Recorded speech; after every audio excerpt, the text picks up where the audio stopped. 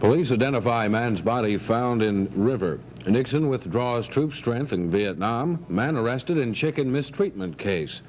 County Council hears plans for new jail. State Education Commissioner sees Ooltewah School disrepair. Neal Kassebaum predicts fair and cool weather tonight, and the Braves lose to the Cards.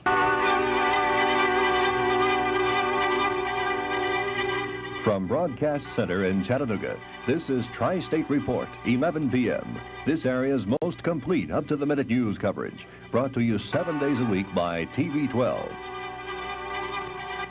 President Richard Nixon, in an address seen earlier tonight here on TV 12, announced that he is withdrawing 20,000 American troops from South Vietnam by July 1st. But Nixon vowed to continue U.S. air and naval attacks on North Vietnam until it ends what he called its naked and unprovoked invasion of the South. The president declared, "We will not..." Natural taste that's clear, clean, and gold, so bright as clear, clean, and good. Authorities have identified the body of a man found floating in the Tennessee River late this afternoon. City detectives identified the man as 26-year-old Gerald Kenneth England, no address listed.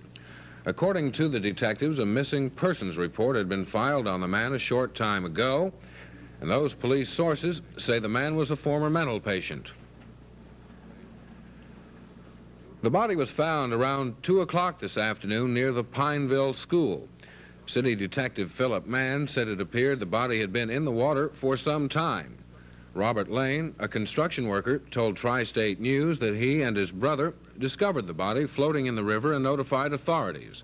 The body was taken to Erlanger Hospital by a Coulter's ambulance, where identification checks were performed. According to police, foul play has not been ruled out in the case. Maine Senator Edmund Muskie is reported to have decided to withdraw from all presidential primaries and concentrate on a less expensive small-scale campaign. In Chattanooga today, speaking to the state convention of the PTA, this afternoon he toured Ooltewah High School, which has for some time been the object of mounting criticism for its condition. He was accompanied by Assistant School Superintendent Carlisle Elliott and met with the school principal, Jerry Wilson, and Bud Ball, president of the Ooltewah PTA. Newsman Jim Sampley asked Commissioner Stimbert why he decided to visit the school.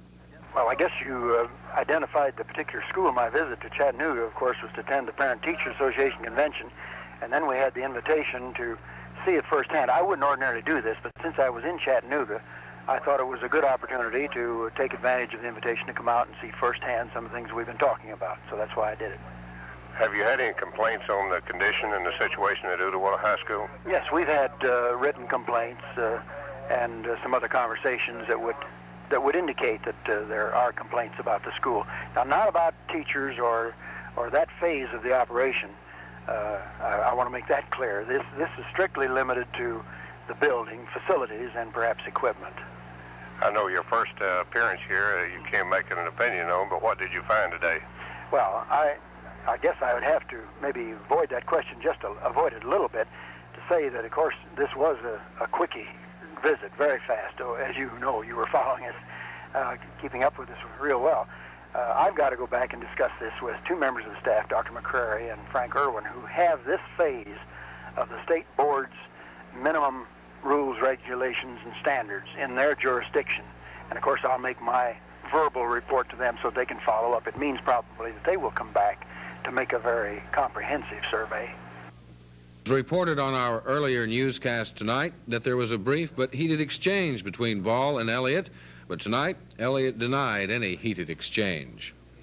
The Ford Motor Company is recalling 436,000 of its 1972 Mercury Montegos and Ford Torinos to install new rear axles and bearings because of a possible safety hazard. Wally Scott, Campus Student newspaper, published a column in which she wrote, "If the KKK believes in God, why have they continuously broken the 10 Commandments?" That's our report of the news for this night. Fair and cool tonight is the weather word for tonight. For the rest of the weather and the full story, here's Neal Kassebaum. For the most part, spring isn't anywhere to be found on the national board. A high-pressure system in the east has fall-type weather. In the west, the low-pressure system, winter has arrived once again. We'll look at a mixed-up national board after this.